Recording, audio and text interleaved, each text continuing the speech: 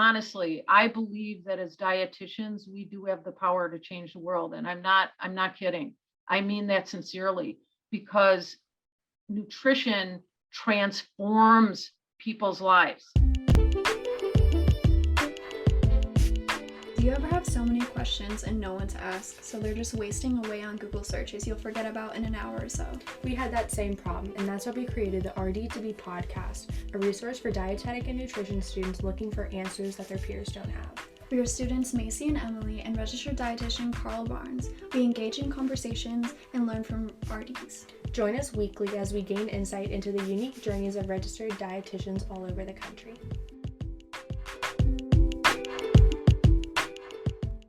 Welcome back to another week of the RD2BE podcast. I'm your registered dietitian host, Carl Barnes. This is our weekly podcast where we sit down with a different registered dietitian to highlight the diversity of opportunity in the profession and really dismantle the notion that there is a traditional career path by showcasing all of these different amazing, unique niches and how different and transformative people's careers can be in different roles. So really excited to be sitting down with a dietitian who's worn many hats, a very accomplished leader in our profession. Jean Ragalie-Carr is here with us. I really appreciate you sitting down with us. It's always great to see you. If you don't mind sharing with the audience a little bit about you, and then Jenna, take it away. Thanks, Carl. And it's great to see you and hear from you as well. My name's Jean Ragalie-Carr. I'm a registered dietitian. Currently, I'm president of National Dairy Council, but I would say that my career has spanned everything from farm to table. And I think we're going to talk about that today. So back to you. Awesome. And so I'm Jenna, your RD2BE. And so could you start with how your commitment to the dietetic profession began? Because like Carl said, you've been in a lot of different places and you've done a lot of different roles.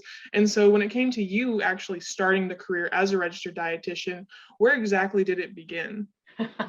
That's a great question. It started a long time ago in the kitchen of my, family. As I was growing up, I grew up in a family with 8 kids. So that meant my mom had to feed 10 people 3 times a day. And she couldn't do it alone. She had to engage the kids to participate in that. So I watched her really make sure that she was, providing food from all the food groups. That was on her mind, literally. And that she made sure milk was on the table every single night. And she assigned each of us to a different food group. And mine would happen to be fruits and vegetables. And I had to do the salad every night. And so it just, watching that, provoked a lot of questions. Then when I went in 7th grade, I was a part, in class of home economics. And Mrs. McGee said one morning we walked in and she does a 24-hour recall. She says, tell me everything you ate yesterday. This is in 7th grade. And she had a food guide pyramid. She said, put the food into where in the food guide pyramid the food came from. And so then that really triggered, wow, this is super important. And then as I grew up, my father passed away when I was 16 and he died of cardiovascular disease. Diet at that time, I certainly wasn't aware of it, but learned, I had 5 brothers, so I have 5 brothers, and how important diet is to manage prevent cardiovascular disease. And then my boyfriend in high school had diabetes, and I'm like, what is diabetes? And so I started really digging into what is it? What does it mean? And that's actually when I chose the career of dietetics. Awesome. So it sounded like a lot of things just compounding over time with your life, just even starting, and you even said with your career from farm to table and just how it all meshes together and starting so early. And out of all of your previous and current positions throughout the profession, they have been leadership roles, and we're going to get into a lot of them.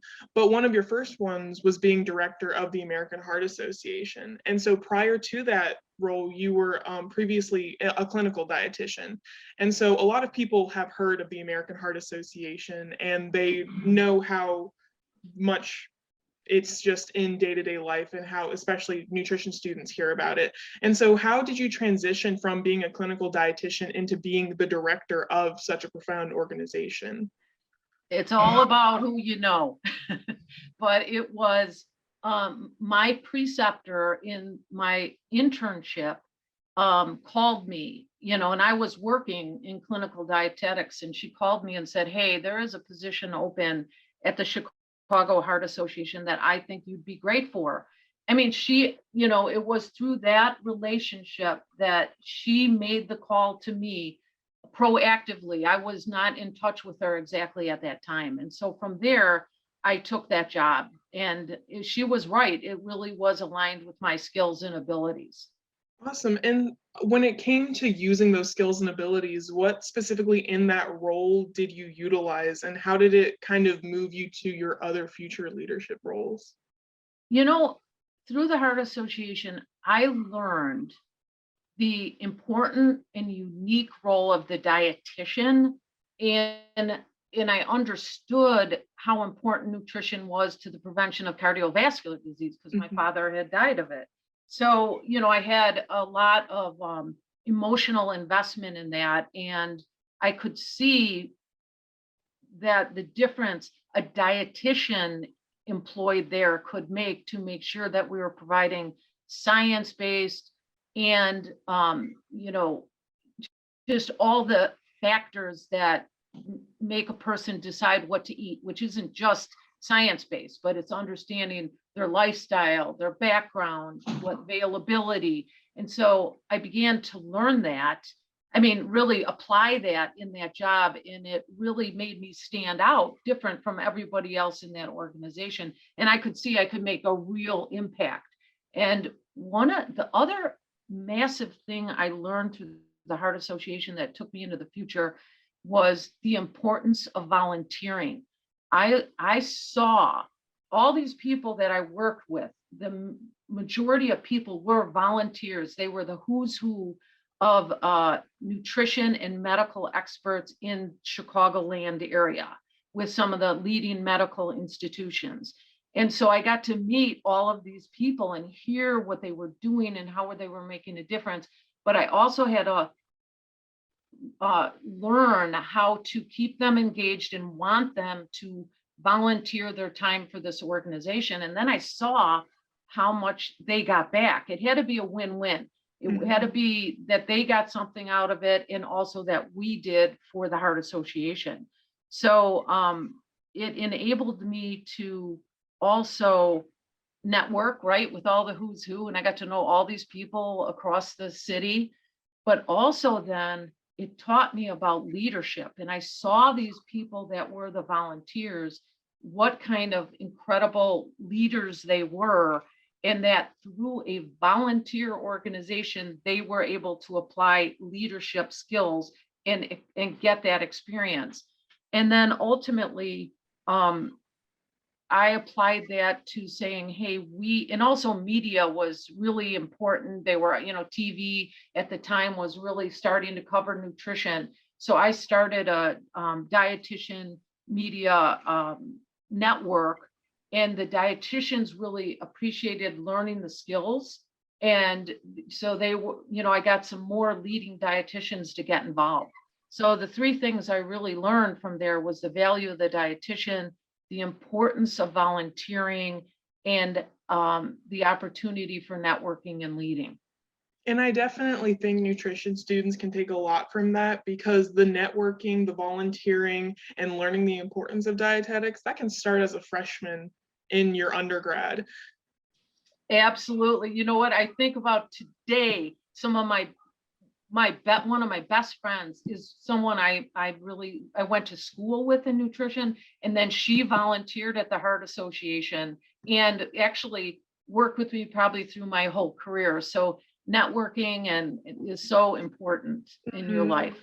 And I do think, especially the size of the dietetics profession, it can really be a small world with who you network with and how it can lead you to certain jobs. Because with you and your experience, your networking to propel you to the leadership positions that you did, it started when you were an intern, and your preceptor just set that. And so literally your career and how it leads you can literally start at the beginning and where your education can take you. And so not even with the American Heart Association as well, you were also in the Academy of Nutrition and Dietetics Foundation Board of Directors. And so can you go a little bit in depth, possibly even how you were able to bridge from the American Heart Association into the Academy Foundation, as well as how you really got involved with the Board of Directors?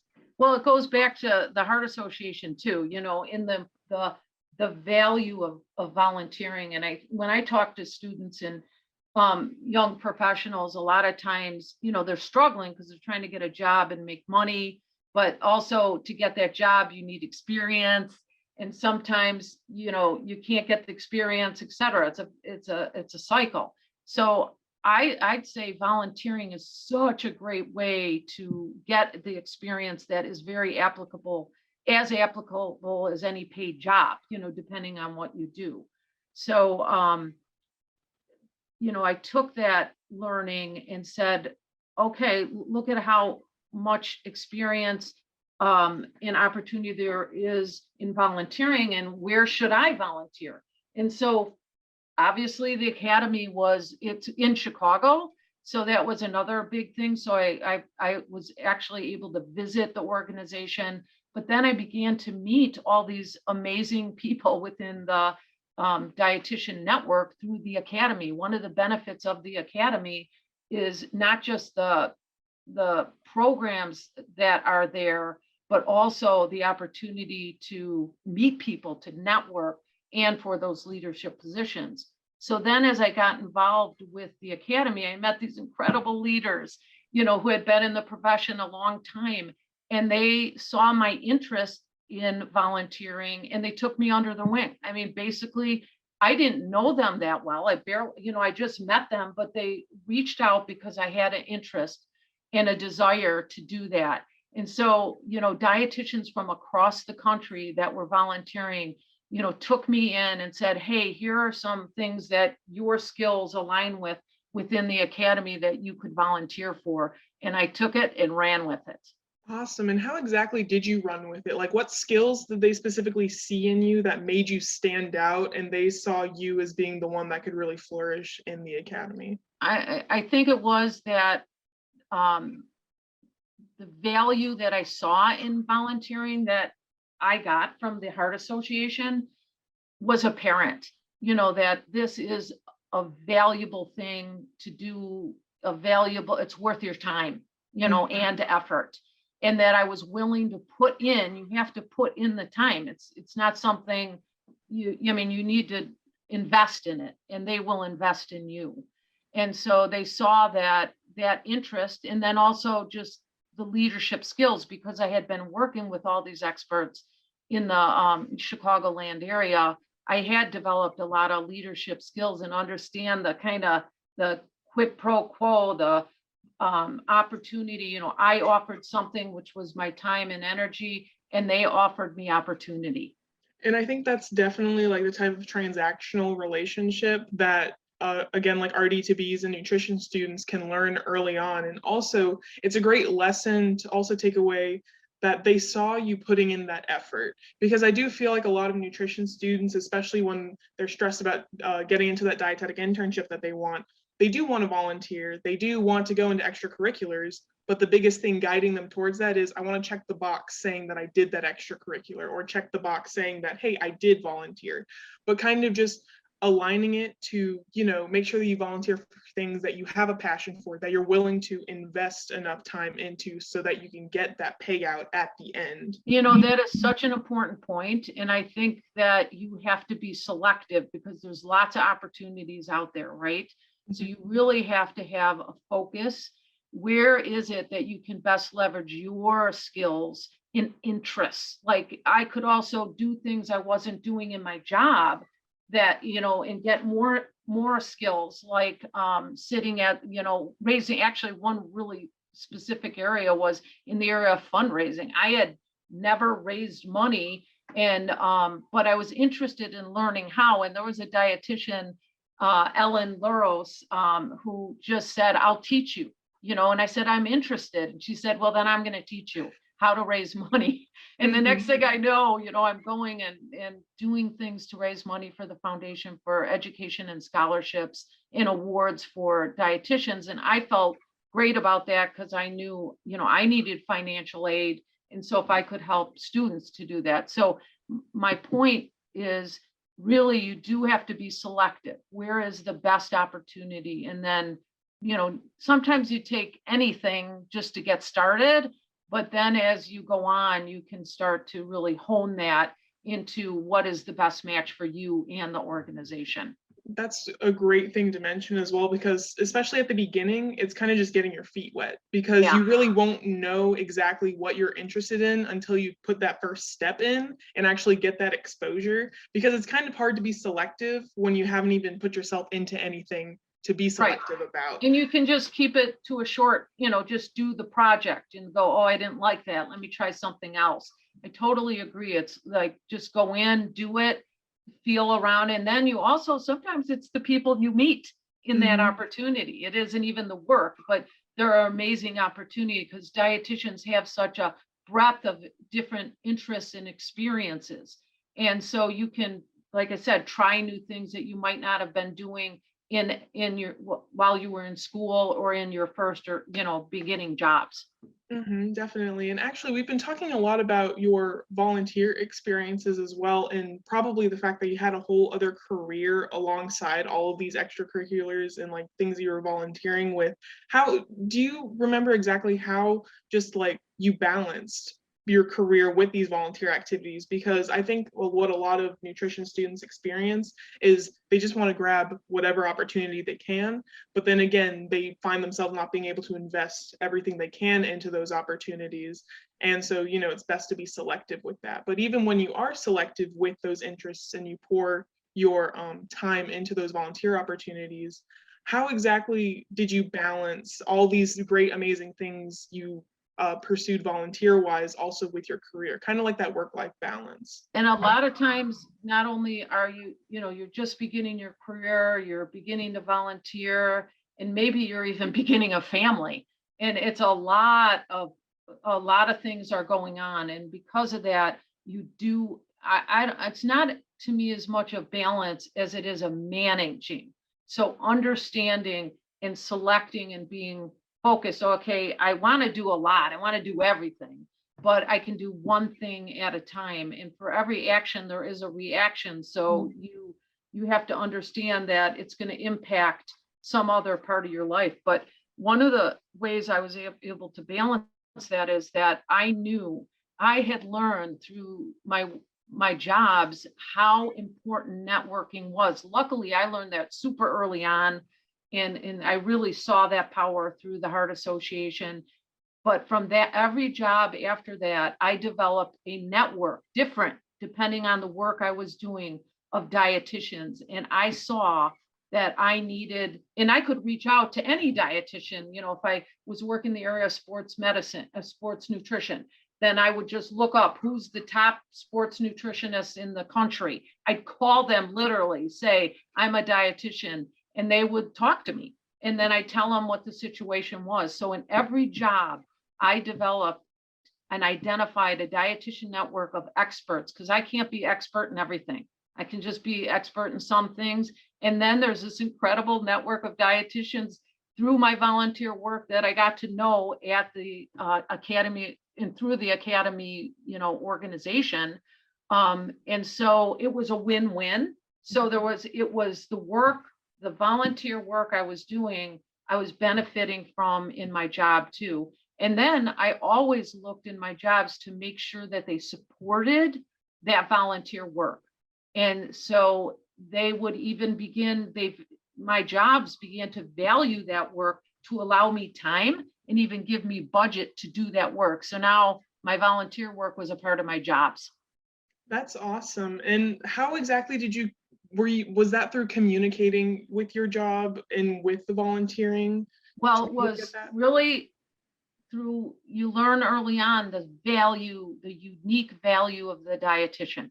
And the dietitian is providing a knowledge and skill that honestly, in almost all my jobs, if you were, no, nobody else did. Not only they were science-based, very important, but also this larger perspective of how people make decisions about food. So all my jobs, I was hired as the dietitian at the Chicago Heart Association, as a dietitian working for food companies, as a dietitian working in these different roles. And so I would absolutely educate them about what our background was, what our education was, what our internship, look at all those aspects that, very few other people had if they weren't a dietitian. And then from there, I would say, and then I'd introduce them to these other dietitians, which they usually get hired as consultants to the organization or company I was working for. And so through that, I'd say in order to have this kind of circle of experts, I need to make sure I'm going to the annual meeting, that I'm a member of the organization, and that I volunteer. And they'd say, okay, it was part of the package.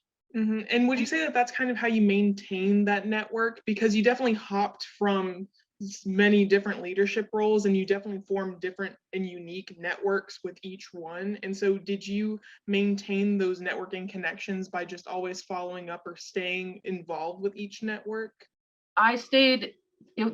That's one of the benefits of the Academy of Nutrition and Dietetics, is that it gives you opportunity to network, whether that's picking up a phone and saying, hey, I'm a fellow dietitian, and getting their, understanding who the experts are, or attending, the annual meeting, or, and probably one of my favorite, the DPGs, the dietetic practice groups, so that by joining them, and whether you, do it virtually, or, do it through the website, or do it through attending meetings, you get to form a network. So the Academy offers all these opportunities to connect. And then when you get into leadership positions, now you're, I know dietitians from coast to coast, that are experts in different areas because of the work and the volunteering through the Academy of Nutrition and Dietetics.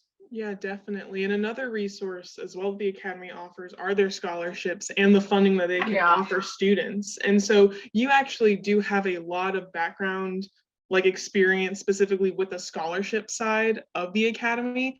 And actually, if I'm not mistaken, you were a scholarship reviewer at one point as well. Yes. Mm-hmm. And so just for the dietetic students out there who are kind of looking for, and I mean, the scholarship application cycle for this year did pass, but that means that they have a year to up their volunteer experience and everything for the next cycle. But because you were a scholarship reviewer, is there anything you would want a dietetic student to know prior to applying to, specifically, even if it's like a DPG scholarship or the Academy scholarships? The number one thing I'd say is apply. There are a lot. Go investigate within the Academy of Nutrition and Dietetic website and look up scholarships and awards. It's not just scholarships. There's also awards, or, grant opportunities to fund nutrition-based initiatives. So actually, by looking at those opportunities, you might even find volunteer opportunities to do that you're actually going to get some money for.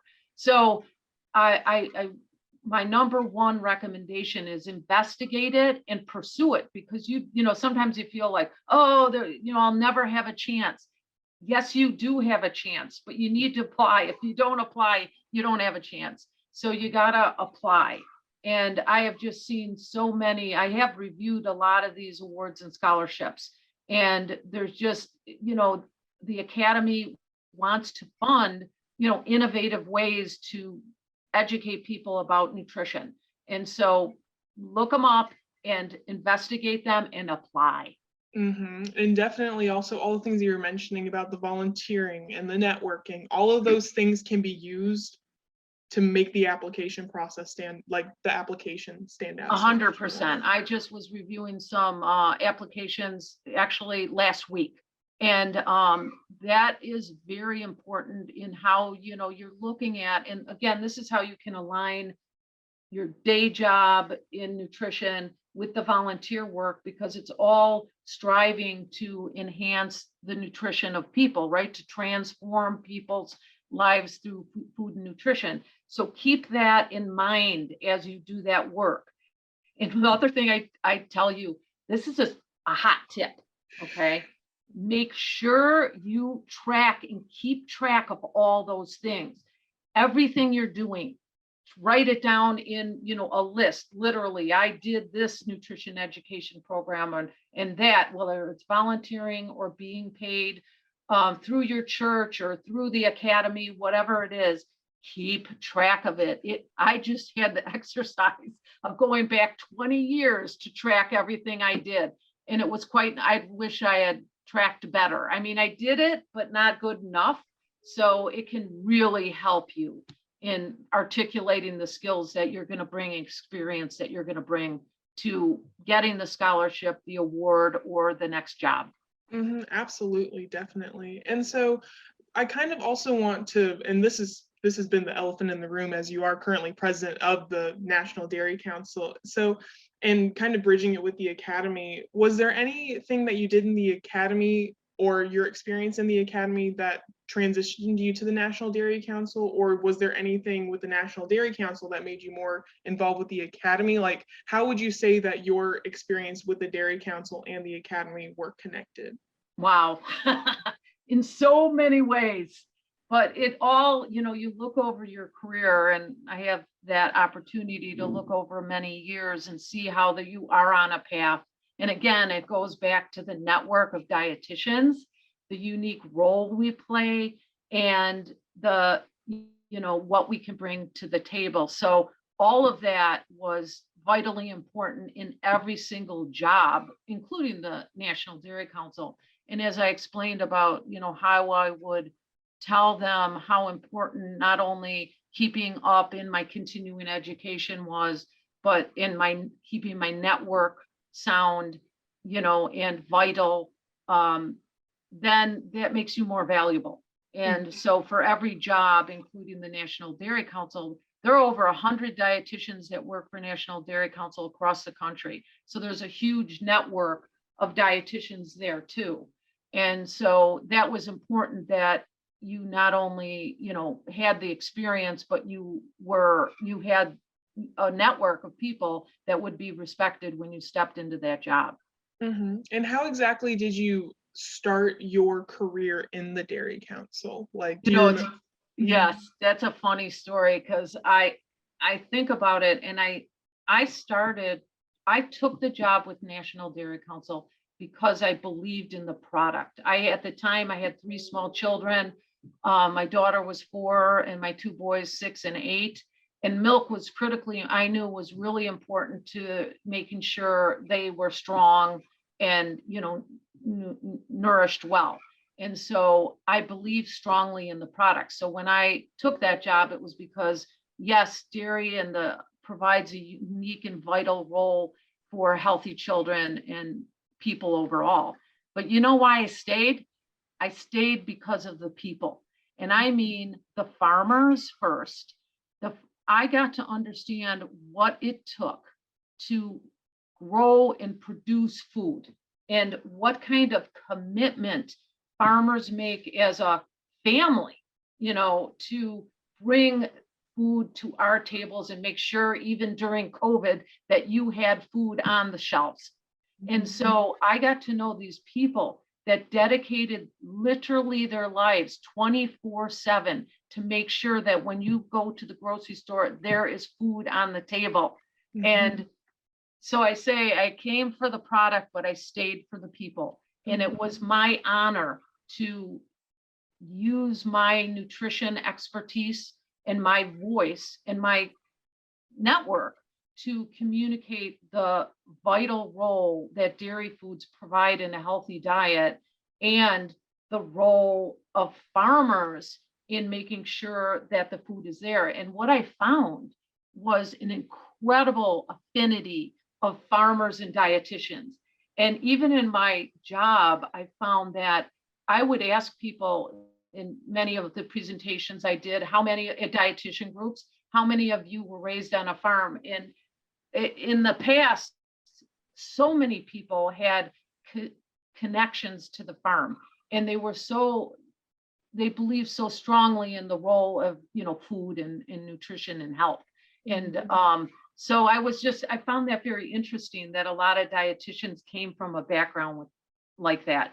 But, we get, as a population, we get more and more removed from the farm, just there are less farmers and a lot more people. That isn't exactly, for the young people, might not be as close of a connection as it used to be. But there's an affinity and a love and a belief in the power of food to health. Definitely. And what you said about kind of understanding the direct perspective that farmers have, everything that they do, that honestly just probably built your respect and like exactly what you said, the honor of just serving that population and how much they contribute to our country. And also, even though, current nutrition students, I mean, I wasn't born or raised on a farm, of course, I don't have that direct relationship or foundation either, but just understanding the perspective and even just like understanding what those farmers have to go through to get it distributed and just understanding the entire process, that alone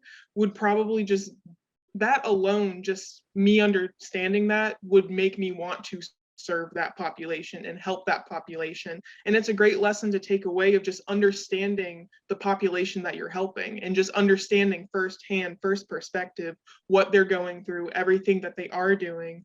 Because I think, especially because you joined the National Dairy Council starting with a passion, that I think that really flourished the role for sure. And I think that's a great lesson to take away with, and what we were talking about with being selective with your passions, being selective with what you're willing to grow into, because we're actually going to talk about it in a little bit, what you did with COVID-19 with the National Dairy Council and how you were able to just flourish the organization and to help during the pandemic. And so you did mention a little bit about how you helped the farmers and still got things to the shelves and everything during the pandemic. And so I just really want to just go right into that as to all the components that were into it and just the whole process of from start to finish, what made you decide to do what you did during the pandemic, what exactly you did during the pandemic, as well as the partnerships you did during that entire process. Well, wow, that's a big one. Yes. Mm-hmm. But what I would say is that, let's say 10 years prior to the pandemic, we, National Dairy Council has been committed for decades to champion child health and making sure that children are well nourished. And for us, it's a belief that is a part of the, looking at well nourished including dairy foods in that. And so we have this long history there. And then about 10 years ago, as we began to see more and more food insecurity in this country, and we believe in the power of partnerships. And we felt that there was this hidden face of hunger, and you see it in children and you hear about it at schools, because if you're with kids in schools and then they're not eating lunch or they don't bring food, and you see that these kids don't have they are depending on the school meals for vital nutrition, for food, just to feed them. So we did a partnership with Feeding America and the Academy of Nutrition and Dietetics and National Dairy Council to, do three things, increase awareness about the hidden face of hunger, making sure that through those 200 food banks that Feeding America are in, interact with, that they got not just food, but nutrient quality food. That they got the food that they needed and wanted to make sure they were having access to nutrient-rich foods. And then thirdly, that the food was able to get into the food bank system, because as an example, dairy was one of the least donated items, but most requested from the families visiting the food banks. And so began this relationship with them. So we were working on all these things. Then when COVID hit, and we believed at the time, because of never before had the Academy and Feeding America and National Dairy Council worked together, but we believed that, wow, there was way more hunger in America than we realized in every community across this country. Feeding America knew that, but we got exposed to that and said, we are living on a razor thin edge where many people could fall into hunger if something happened, and boom, COVID happens. And we all saw those lines that are embedded in our brains of the lines and lines and lines of cars that were at food banks across this country. And so if you know farmers, and I know hundreds and hundreds of farmers, their passion is for their community, and their passion is to feed the population. That is what they live and get up every single day to do. So when those cars and the exposure of hunger in America was just showed in that kind of visual way, farmers instantly wanted to do something to make sure that during that COVID situation that they could help get food to the families in needs. And so we connected and worked together to get schools and the food banks to work together to get those meals to the families, because schools shut down, all the craziness, the supply chain. So they wanted to make sure that dairy foods at the minimum, and other nutrient rich foods, because they do more than dairy, they raise other food products, still could get to those schools.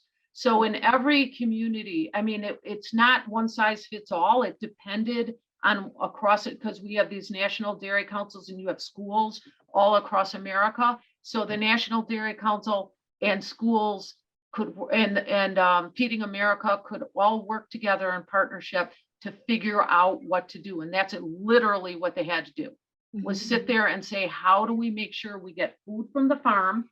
It was making it to the grocery store shelves. They figured that out, but how do we get it to the families that can't make it to the grocery store? Guess what? One area they could make it to was schools, and they could drive there and stay in their cars. And Feeding America was very, able to work with that system. And so they work with the industry to get food. We worked with the farmers to bring food. And then we work with the schools and the food banking network to get the food to the families. It was in a matter of a month. We turned on a dime because everybody had the same desire, because we know we had to care for those kids, and those families were top, most important. And everybody had that same goal. It was a fanatical focus with a common, goal. And we were able to accomplish it in those months and months and months that happened. And it's crazy because I think that goes to show how effective a group of people, especially how big of a collaboration that was between three giant organizations, and then executing one thing. And definitely, I think what helped with that was you guys all knew exactly the goal. And it was honestly just straightforward. And having such a straightforward goal that everyone unanimously agreed on, I think that's what made it so efficient. And when it came to that whole experience, what would you say was the most challenging part of that collaboration, if there was it? I probably would say it was just the unknown of COVID, right? And so it was that we just had never dealt with anything like that before. But like you said, it was people coming together with a fanatical focus and a common interest, and they could do anything. And they knew that food was vital, that food had to get to these children. And so they figured it out. That's awesome. And that's honestly just that goes to show just you worded it perfectly, the fanatical focus, just the complete and utter everything, not tunnel vision, but just the eye on the prize type thing of reaching that goal. And so how long exactly was because you said a couple of months, was this during the whole year of 2020? Is it still ongoing, or? There still is yes. Like I said, we had 10 years of working together and building trust and understanding each other's networks. And the fact that, the National Dairy Council at the local level had these relationships with the schools around the country. And then Feeding America has their own network, but we could bring that all together. So it was, it went on for sure 21 or 2020 into 21, and then as markets began to open up, but the need is still there. Yeah. The need is still there for food and food banks. Now they don't have to, we probably use some of the same, we learned a lot to how to be efficient and get food to those in need. So some of that is still ongoing, not in the same intensity, but the relationship continues with all of us together. And so we continue to work together, and we'll continue to do that. Now we're more focused on how do we get more dairy into the food banks, because that is a supply chain issue that you need to solve. And so, but it can't be done by one, it has to be done by all. We have to work together to do that. And obviously there's a keen sense to get that done. And we're working with as an example, the different food groups to get those nutrient-rich foods into the food bank and make them available to those hungry families. Yeah, and that's just a super amazing vision that I think even if you're a dietitian working in clinical, even if you're a dietitian working in food service and any of the branches of dietetics, that's just a really great thing to keep in mind. Like the goal is the food getting to the people and like getting the nutrients to the population that you're serving. And so I have to tell you, Jenna, I was at a meeting last week, a dietitian meeting in Florida, and I was so interested to hear so much discussion about food insecurity in our population in America, and how, whether you work in sports nutrition or you work in clinical dietetics, in whatever area it is, that you need to really have an open mind that many people don't have the same kind of access that maybe we do as an individual. And we should not just make that expectation that they have full access to everything. And that you need to really have a sensitivity to understanding where their food is coming from and how they're accessing it before we make judgments on how our recommendations to them. Absolutely. And understanding that other perspective, just like how you understood the perspective of the farmers and everything that they went through to get their food to the families and everything, just as much as even if you're a private practice dietitian, some of your clients, you might tell them, oh, you just eat X, Y, and Z. Yeah. They might not know what X or Z is, or they might not know how to get any of those items. And so it's really just being aware of the population that you're talking to, who you're interacting with, and kind of formulating the right response. Jenna, one example that came up was at this meeting was a dietitian that just had been working 1 year, and she worked with WIC clinics, in I don't remember what state it was, but and she said, she went in as a new dietitian, and she was all gung-ho on fruits and vegetables, which is good and very important. But she said, so she's talking to these WIC clinics, clients saying, eat more fruits and vegetables. And then she looked at their food package, and she realized that she had to broaden her conversation to help them utilize the foods they were having access to in that food package. And I just thought it was a good reminder that, there's all the food groups and what foods are people having access to, and making sure that we're providing the right counseling to them, given what they're really able to obtain. Definitely. Yeah. And kind of just working with what you have in exactly like the food package, working with what you have given to you at that very moment, using those critical thinking skills, using those problem solving skills, all the things you learned in undergrad. Exactly. Internship. So important. Yeah, all those things. And so for just kind of reflecting on everything that we've talked about with your career and everything, is there anything that you wish you knew either prior going into all these leadership roles, or anything that you would tell your past self, just with all the things that you've been involved with, something that you would tell your past self? Strap yourself in. You're about to change the world. That would be my advice, that Honestly, I believe that as dietitians, we do have the power to change the world. And I'm not kidding. I mean that sincerely, because nutrition transforms people's lives. Again, I look back at my father who died of cardiovascular disease. My boyfriend at the time had diabetes, etc. Or my mom nourishing 10, 10 people every meal, and how important nutrition is. Do not underestimate the power of what we do here.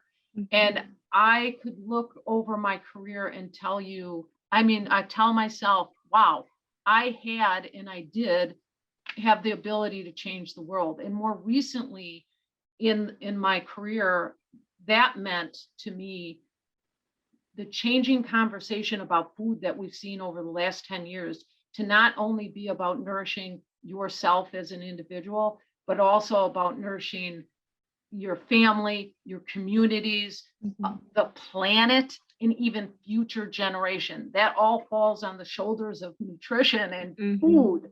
And so I believed that we could change the world by bringing together farmers and dietitians, and also by connecting nutrition, education, and agriculture. And we talked about that. So as you learned, I didn't realize how connected we were to the farm, whether as dietitians, because we're talking about food and we have to understand where food comes from and how it gets there in order to get it to the people that need it. And so we can transform the world. We can impact not only people and their health, but we can impact communities like we just talked about through the food bank work and school work that we've done, and we can change the world. I work in global health now and talking about and seeing how in other countries, just having access to milk alone can be a matter of life and death. Yeah. I mean, so maybe not in the US, but in other parts of the world, that's true. So don't underestimate what we are doing here. We are changing the world in a major way that's very important to the health of this nation, to the health of this world, to the health of future generations. Yeah. And so there are many ways that we as dietitians can do that, one-on-one counseling to working with food companies and everything in between. And we need dietitians working in all those areas. They need to work all across that supply chain in order to make sure that we're providing the right food, to nourish the population. And so together, that I would tell myself, strap yourself in, baby, because you're in for a ride that you won't believe. Yeah, and definitely also just not being intimidated by it, because saying that nutrition can change the world, that can sound, especially to a student, just like that's a pretty big deal. But also, like what you said, there's so many different ways that it happens, and it can be something what seems really small, but just when you spread it across an entire profession, it is equally as important as exactly like what you're doing on the global scale. Like it's all intertwined. Changing one person's life, through nutrition, and saving their life, through nutrition. Think of how many people that one person impacts. And so you're right, it can feel overwhelming, but you just start with one person at a time, and then you take it forward, and you can see, and by getting involved in leadership opportunities, by networking with other dietitians, it doesn't all fall on you. You can connect and, help, they can help you and you can help them. And through leadership positions, you can make sure this profession is moving in the right direction and doing the right things. And instead of just complaining about it, get in there and do something and be a leader and take a chance. We need every single voice. And you know what? Most importantly, we need young people's voices. We need young people going in there and taking leadership positions. You don't have to be older to be a leader. I work with kids in high school, and I am telling you, those kids are leaders. I work with them and I go, oh my gosh, they could come and do a better job than I can do. So you are a leader today. You're not just a leader in the future. You are a leader right now, but you have to take advantage of those opportunities and get your voice heard.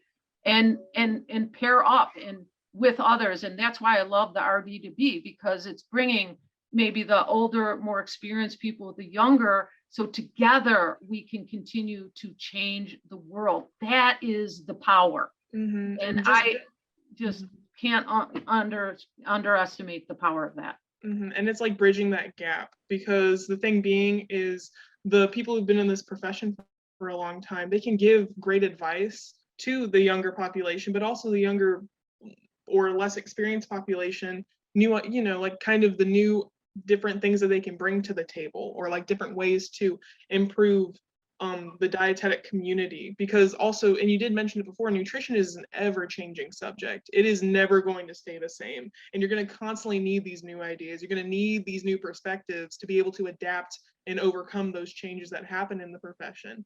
And so you need the contacts to Yes, help you definitely. learn all through your career, because you have to keep learning Mhm. learning through people and through the academy, and all the continuing ed opportunities that they have enable us. I mean, there's a reason we need to have continuing education. I can speak from experience, because I need to be doing that. I need to keep learning and seeking those opportunities at all times. One other thing I'd say is, when I have interns through the National Dairy Council, and we have them all the time, or when I mentor someone, the biggest gift those young people can give me, and I underscore it so many times, is by speaking up and telling me the real opinion, not just the opinion they think I want to hear. That isn't that the value is in what do they think? What is their perspective? That educates me.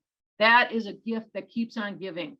And that is why I stay involved in mentoring programs like RD2BE and other programs within the academy, and seek out, doing internships within our organization and other organizations, because that is where the power is for us working together as dietitians. Absolutely. And definitely, it's kind of like, because you made a great point with those interns and stuff, if they just show the opinion that they think you want to hear, well, you would have already Yeah. learned or known it before. Like, you're not Right. going to learn anything from that interaction. And it's also just not being afraid to speak up, because also, I'm sure with what made you so profound and impactful in your leadership positions is because you spoke up, you stood out, and you stand out by speaking up, and just not being afraid to just go out there and just show your best self. Absolutely. And so we did, with the whole nutrition constantly changing, we needing these ideas. You've been in leadership for decades, and you have led many different groups of people alongside having nutrition change like year to year, day to day, having just so much adaptability and flexibility to nutrition changing. And so how did you adapt and overcome these challenges with nutrition constantly changing, whether it was how it was portrayed in media, new discoveries, things like that? How did you adapt to that, and specifically having to lead a group of people in that process? Without a doubt, it is that they aren't challenges, are opportunities, really. That's what they are. And you either are afraid of a challenge, or you're going to go after it. And so that's how I look at life, is that every challenge is an opportunity to learn. And that's the way I look at it. So just pursue. And so when there's new people in nutrition, it is always changing. And that's a value that you provide in it, because we as dietitians and in this network, and I just have to, through the academy, have all these resources to connect with people, to connect with new programs, and to connect with continuing education. There are so many ways to stay connected. And so I love some of those DPGs. I'm telling you, like some of my favorites, well, dietitians in business and communication, or food and culinary professionals, or nutrition entrepreneurs, are some of the ones that there's many. I love so many of them, and I change from year to year because I want to learn different things. So I might go into pediatrics one year, and then work with the elderly another year, because I want to stay educated. And that is the value you provide in your position, in your profession, is that it is ever changing. That's a good thing. And that you have many resources to stay up to date and to stay informed and attend the annual meeting, to do the continuing education, to get the journal. I have 2 books sitting here that are regulars of mine, the Complete Food and Nutrition Guide, and then the other one that I absolutely love, because I've been in the area of communications most of my career, but there is the book Communicating Nutrition. It is a handbook for everything that you need to know about working in communications and being science-based and how to do that. So those are resources that you get through the academy. And so you get these resources, you get the connection to people, and you get connection to the continuing ed through DPGs and all those other areas. So stay connected. That's important, because in this world we can become isolated. And so instead, your best resource is this Academy of Nutrition and Dietetics, membership, and everything you get with that, including the people aspect, which is a big one. Definitely. And also what you mentioned with being isolated, there's so many online webinars because of COVID and everything. They have switched to a lot of resources being able to be done virtually or online. Like, you don't have to, in what you said about nutrition constantly changing, it doesn't have to be a bad thing. Like, it's actually just a really great thing to take advantage of and use the resources and support that you can have through networking or the academy to just propel yourself forward in whatever way nutrition changes. And you get to delve into things again, maybe your job at that time isn't involved in, and so you can dabble in these different areas and stay connected. Let's say your job is in communications and you're not in food service, but you can stay in, one of the DPGs that connected to food service, if that's an area of interest, etc. Yeah, definitely. And so we have one final question, and it's kind of just, if you could, you've already reached so many different audiences through all your networks and like all your leadership positions, you've reached so many different people. But if there was one thing that you could tell, whether it's a dietetic student or a dietitian, is there anything that you would just want to tell the entire profession? And I know that's a pretty loaded question, and you've already knocked so many great things out, but it's just, if there was anything, or anything that you've already said that you'd want to reiterate. Yeah, I think as dietitian, our education in nutritional science, our critical thinking skills, and the knowledge we have in behavioral science, just not working with people to help them transform their lives through food and nutrition, taking into consideration where they are in their health and wellness journey, and the other realities of what make people make the decision about food, taking that into consideration. Understand the unique role, the really unique education and knowledge that you have and you bring to whatever job. Do not underestimate that. Value it yourself so that your organizations and the areas you work will value it too. And I think that's really important to understand, and that we need dietitians in all areas. It's important. There's even new ones that are coming up, and we need to get involved. It's really important because we are science-based, because we do take into consideration all those other things as people make their selections. So I believe we have the core values all together of wanting to make a difference for people in transforming their lives through food and nutrition, and making sure that they get nutrient-rich foods. Absolutely. And your career and everything that you've done just speaks for itself with all the things that you said. So thank you so much for joining us today. You were just an absolute wealth of knowledge with your entire experiences. So just thank you so much for spending your time here today. Oh, it's been a pleasure. Thank you.